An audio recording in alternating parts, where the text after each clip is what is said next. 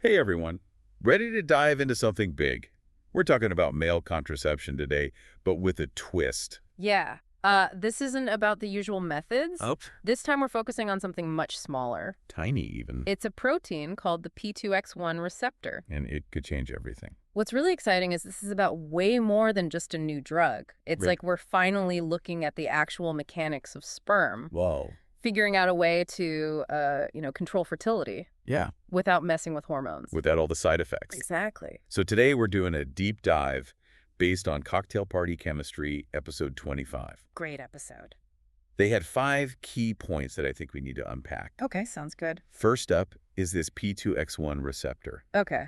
It seems to be a brand new target for male contraception, and it doesn't rely on hormones. Huge. Then there's this crazy 3D mapping technology. Oh, yeah. They used to see this receptor in crazy It's detail. at the atomic level, which is just wild. It's insane. Yeah, and all of that leads us to point 3, which is how this all ties into actually controlling sperm transport. Like a roadblock. Yeah, exactly. And the best part, I like where this is going. point 4, is selectivity, Meaning, meaning contraception without a ton of side effects. nice. And lastly, this is really just the beginning. It feels like we're on the edge of something big here. It does. It really does. Especially since for years, Yeah. male contraceptive options have been so limited. Very limited. And they always come with these Which downsides. Yeah, this research opens up a whole new avenue. It's exciting. Okay, so let's break it down. Yeah. What exactly is this P2X1 receptor? And why is it suddenly the hottest thing in reproductive science? Imagine a cellular gatekeeper, Okay. one that sperm need to pass through to be able to travel Yeah. to do their job. To make babies. Well, to fertilize an egg, yes. Right, of course. That's essentially what the P2X1 receptor is. Okay. It's crucial for sperm motility, Motility meaning. their ability to swim efficiently. And if you can block this receptor, Block the gatekeeper. exactly, you essentially stop those swimmers in their tracks. So we're putting up a roadblock on the sperm highway. That's one way to put it. But how does scientists even find this tiny receptor? It is tiny. Let alone figure out how to block it. That's where the magic of 3D mapping comes in. 3D mapping. Yeah, think of it like Google Maps, Okay. but for molecules. Like- Got super high resolution Google Maps, I like it. and using a technique called cryo-electron microscopy. Cryo-electron microscopy. Scientists were able to actually see the P2X1 receptor Whoa. at atomic resolution. Cryo-electron microscopy. That sounds straight out of a sci-fi movie. It kind of is. So why is seeing it at such a tiny level so important? It's important because it gives us the blueprint. Okay. We can use this to design drugs that perfectly target and bind to very specific parts of the receptor. So it's like a key Yeah. fitting into a lock. Exactly. And the more precise the fit, the better the chances of blocking the function Yeah. without causing unwanted side effects. So we're talking about controlling sperm here. Right. But is this a permanent change? Are we talking about taking away someone's ability to have kids forever? No. That's a very important question, and the answer is no. Okay, good. The research is focused on creating a contraceptive that is temporary Okay. and reversible. Reversible. You take the drug, it blocks the receptor. Sperm can't swim. Exactly. No. And you stop taking the drug, everything goes back to normal. That's a huge relief. Yeah. But side effects are a big deal with the current contraceptive options. Absolutely. So what's the story here with this new research? That's what makes this so groundbreaking. Okay. We're targeting a very specific mechanism in sperm, so we can avoid the hormonal roller coaster that comes with the other methods. This selectivity means fewer systemic effects on the body, Okay. which means fewer unwanted side effects. So fewer side effects, temporary and reversible. That's the goal. This all sounds incredible. It's very promising. But how far away are we from actually seeing this become a reality? I don't know. Are we talking years? Are we talking decades? That's a good question.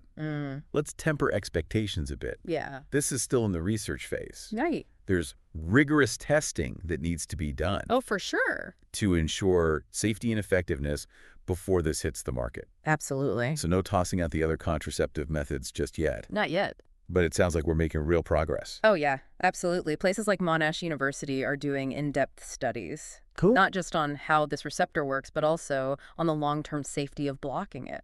They're really doing their due diligence. They're not just looking for a quick fix. They're aiming for a solution that's safe and reliable.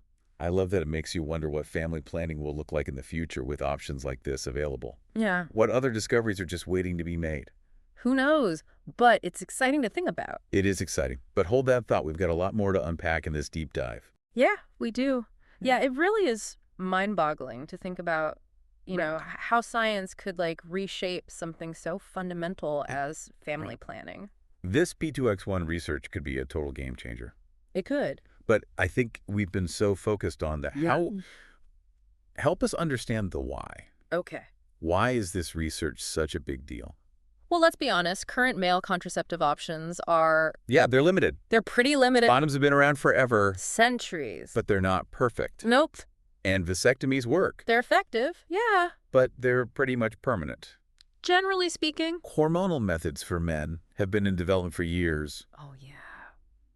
But the side effects are rough. A lot of people find them unacceptable. So this new research offers a potential solution that's both effective and reversible. Yeah. Without messing with hormones. Exactly. It addresses a huge need. And if you think about the potential impact, yeah, it's not just about giving men more choices. Right. It's about empowering couples. Yes. To make these decisions together. Absolutely. Which is so important. It is. We often talk about contraception as this individual choice, but it's really a shared responsibility in a relationship. I loved it. And this research could shift the conversation in a really positive direction, Totally. Imagine a future where men and women have equal access to safe and effective and convenient contraceptive options. That sounds amazing. It does. That sounds like a future worth striving for. I agree. But before we get too carried away here, let's talk about some of the challenges. Okay. You mentioned this is still in the research phase. Right. What are some hurdles that scientists still need to clear? Well, one of the biggest is making sure that this contraceptive is safe. Safe. For long-term use. Okay. We have to remember that the P2X1 receptor, it's found in other parts of the body too. Oh, right. Not just in sperm. Exactly. So researchers need to be absolutely certain that blocking it in sperm doesn't have any unintended consequences. Like in the heart or the brain? Yeah. Elsewhere in the body. So it's not just about effectiveness. No. It's about making sure that it's safe for the entire body. The whole body. Not just the reproductive system. Precisely. And that takes time. Of course. We're doing extensive preclinical studies in animals right now. Okay. Looking at everything. Everything. Organ function. Okay. Blood chemistry. Making sure there are no red flags. Exactly. That level of thoroughness is reassuring. It is. What happens after the animal studies? Is it straight to human testing? Not quite. The next step would be to conduct clinical trials. Okay. In humans. In humans. And these trials are carefully designed to assess both the safety and the effectiveness of the contraceptive in people. Okay. They usually involve 3 phases. 3 phases. Starting with a small group of healthy volunteers Right. to test for safety and dosage. Makes sense. And then they gradually expand the trials to include more people and to gather data on how well it actually works. Yeah. It's a very rigorous process. As it should be. We're talking about something that could potentially impact millions of lives. Millions. So it's crucial to get it right. So even with all of this exciting progress, patience is key. Patience is key. We're likely still a few years away from seeing this on pharmacy shelves. That's probably realistic, yes. But the fact that research is progressing as rapidly as it is, that's truly remarkable. It feels like we're on the verge of a major shift. It does. In how we think about and manage reproductive health. It really does. What other innovations are on the horizon in the field of male contraception? That's what's so exciting. This P2X1 research is really just one avenue that's being explored. There are other promising approaches in the works, too. Like what? Targeting different aspects of sperm development or function. So it's not about finding one magic bullet. It's about expanding the options. Yes. Giving people more choices. Giving individuals and couples a wider range of choices. Exactly. It's about giving people the tools. Can make informed decisions that align with their values and their lifestyles. This whole conversation has been fascinating. It has been. But I have to ask, beyond the science, are there any social or cultural factors that could influence how this research is received? You're right. Science doesn't exist in a vacuum. No, it doesn't. Societal norms and expectations definitely play a role. Yeah. Especially when it comes to contraception. Right. There's a long history of it being seen as a woman's responsibility. So a shift towards more male involvement could be met with resistance? It's possible, yeah. But I also think there's this growing recognition Oh. That reproductive health is a shared responsibility. Okay. And as more men become engaged in the conversation, attitudes are likely to evolve. It makes you wonder what kind of conversations families will be having about this in the future. Yeah. What advice would you give to someone who is listening to this and thinking, this is incredible, Yeah. but I'm not sure how I feel about it? I'd say keep learning, stay curious, and engage in open and honest conversations. Open and honest conversations. With your partner, your friends, and your healthcare provider. I love that. This is a topic that deserves thoughtful discussion and consideration.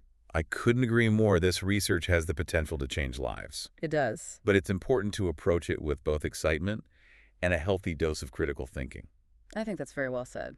It's clear that this research has the potential to really shake things up. It does. But it's not just about the science, is it? No, not at all. I mean, how people feel about a male contraceptive. Right. Whether they trust it, whether they can even get it. All those things matter just as much as the science itself. So what are some of the things that could make or break the success of a new male contraceptive? But we have to think about the history of contraception. For decades, it's been seen as a woman's responsibility. Right. That's a tough societal norm to shift. Yeah, so even if this new method is safe and effective, right, there might be some men who just aren't comfortable with the idea. It's definitely possible there could be concerns about masculinity. Oh, yeah. Or worries about how it changes the dynamics of a relationship. But on the flip side, are there things that could make men more receptive? Oh, I think so. To trying a new contraceptive? I think a lot of men would be happy to have more options. Yeah. And a greater sense of control over their reproductive health. Of course, plus if it really does have fewer side effects than hormonal options. That could be a huge selling point. Totally.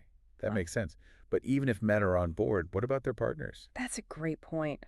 I imagine trust plays a big role. Trust is absolutely essential. Yeah. For a couple to rely on a male contraceptive, Yeah. there needs to be open communication and shared decision-making. Right. And a high level of confidence in the method and in each other. For sure, it's not just about a new pill. It sounds like we're talking about a potential shift in relationship dynamics. It really is. It could spark some really important conversations Yeah. about reproductive responsibility and how couples make those decisions together. That's huge. And we can't forget about the practical side of things. Oh, of course not. Like, even the best contraceptive in the world won't make a difference if people can't access it. Exactly. Affordability and accessibility are absolutely crucial. Right. Because if this new contraceptive is too expensive Yeah. or only available in certain areas, it's not going to work. It won't reach its full potential. So it's not just about the science. Yep. It's about ensuring equitable access. Right. And addressing all of these social and cultural barriers that we've been talking about. It's a multifaceted challenge for sure, but I'm optimistic. I am too. The fact that we're even having these conversations is a sign of progress. It really is. It feels like we're at a pivotal moment. It does. And this research could be a catalyst for some real change. I hope so. What would you say is the most important takeaway for our listeners today? Stay engaged. Okay. The field of male contraception is rapidly evolving. Yeah. There's so much to learn and to discuss. Yeah, right. Whether you're a man or a woman or someone who simply cares about the future of reproductive health, Yes. your voice matters. Beautifully said. We've covered so much today, from the science It's been quite a journey. to the social and ethical considerations. It's been a truly thought-provoking deep dive. It has, and I hope our listeners are walking away with a sense of curiosity, Yeah. a desire to learn more, and maybe even a bit of hope for the future. I couldn't said it better myself. Thanks for joining us on the deep dive. It's been a pleasure. Until next time, keep exploring, keep questioning, and keep those amazing conversations going.